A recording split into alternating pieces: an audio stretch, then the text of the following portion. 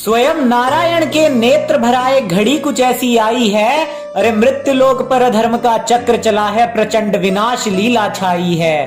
क्रोध में भरकर नारायण गरुड़ को आवाज लगाते हैं, वाहन पर अपने आरूढ़ होकर तदनंतर मृत्यु लोक को आते हैं। अंधकार में खोया मनुज कली के वश में ऐसा आया था, सामने खड़े नारायण को भी पहचान कोई ना पाया था। भगवान सोच रहे मन ही मन, मृत्यु लोक में कैसा कोहराम छाया है। पूछता हूँ चिरंजीवियों से, उन्होंने मनुज को अधर्म से क्यों नहीं बचाया है। भगवान तनिक गंभीर हुए, विचार एक मन में आया था और मन के भीतर से आवाज लगाकर चिरंजीवियों को बुलाया था।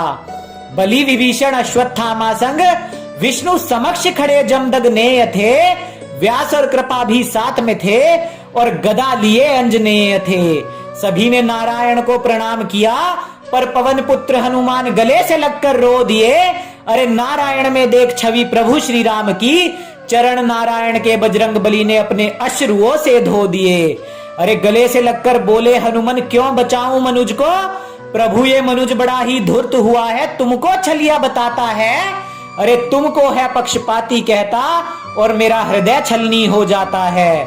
मेरे हृदय में आता है कि इन अधर्मियों के लिए निश्चित ऐसा दंड करूं, इन अधर्मियों पर गदा उठाऊं और मस्तक इनका खंड खंड करूं। व्यास भी क्रोध में भरकर बोले, अधर्मियों के महिमा मंडन को मनुज ने रचे न जाने कितने ही उपन्यास हैं।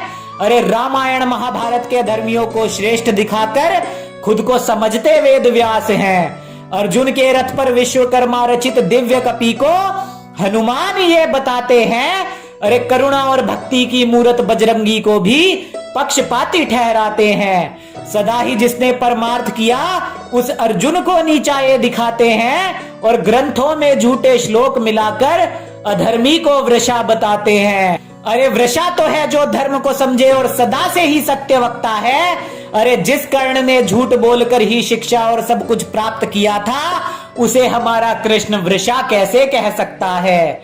अब अश्वत्थामा भी क्रोध में बोले, इस मनुज की क्यों रक्षा करूं, मेरे पिता को कटु वचन ये सुनाते हैं। सनातन धर्म को गलत दिखाने हेतु ग्रंथों में जातिवाद दिखाते हैं।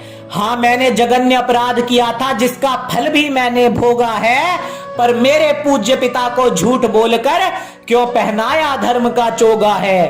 सूत पुत्र कर्ण को नीची जाति बताकर सहानुभूति कमाते हैं और जातिवाद से लोगों को आपस में लड़वाकर राजनीति खेल जाते हैं। कृपाचार्य को भी ताव चढ़ा और बोले, दुर्योधन कर्ण को आदर्श मानकर ये समाज भी बन चुका धर्मी है।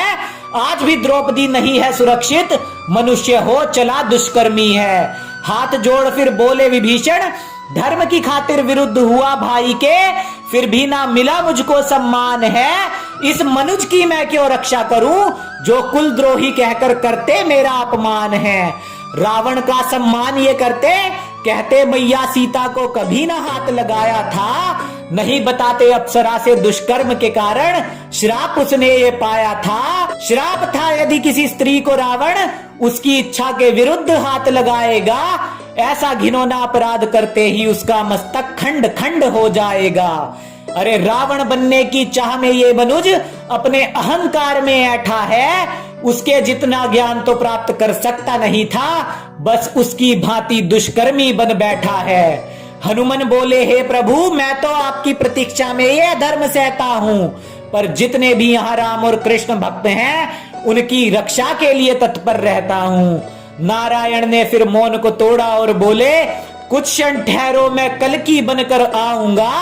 कली पुरुष की सधर्मी सेना में भीषण विध्वंस मचाऊंगा और धर्म योद्धाओं में भी संदेश भेज दो, दुष्कर्मियों की छाती पर तन जाओ तुम, उनके अधर्मी जीवन को काल भैरव बन खा जाओ तुम। अभी कुछ समय ये है तुम्हारी जिम्मेदारी, कहीं ना कोई दुराचार हो, निर्भया और आसिफा के आगे मानवता फिर से ना शर्मसार हो। जो सही मार्ग पर आ जाएगा वो फिर से स्वर्ण युग में जाएगा, और जो अधर्म में ही खोया रहेगा वो काल की भेंट चढ़ जाएगा। अरे कह दो जाकर दुनिया से, अब कल की आने वाले हैं, अधर्मियों के ऊपर संकट के बादल फिर से छाने वाले हैं। कल्कि का संदेश यही है, कली के दिखाए बुरे स्वप्न को तोड़ दो और ये नीच धर्मियों को आदर्श मानकर जबरदस्ती धर्मात्मा दिखाना छोड़ दो। द्वापर से भी महाभयंकर महाभारत अब हो जाएगा और कह दो सबसे अधर्म का साथ छोड़ दे, वरना गेहूं के साथ घुन भी अब पिस जाएगा। जाकर कह दो सबसे अब जरा विवेक का इस्तेमाल करो, अधर्मियों का महिमा मंडन करके ना तैयार अपना काल करो।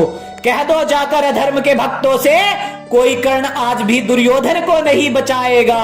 अरे दुशासन से भी बुरी मौत दुष्कर्मियों को विष्णु का कल की रूप दिखलाएगा। ये मेरी कविता नहीं, ये है चेतावनी, अब अधर्मियों पर उतरना धर्म का रोष है। अरे कान खोल कर सुनो अधर्मियों, ये कलयुग के महाभारत का उद्घोष है। अरे कान खोल कर सुनो अधर्मियों, ये कलयुग के महाभारत का उद्घोष है।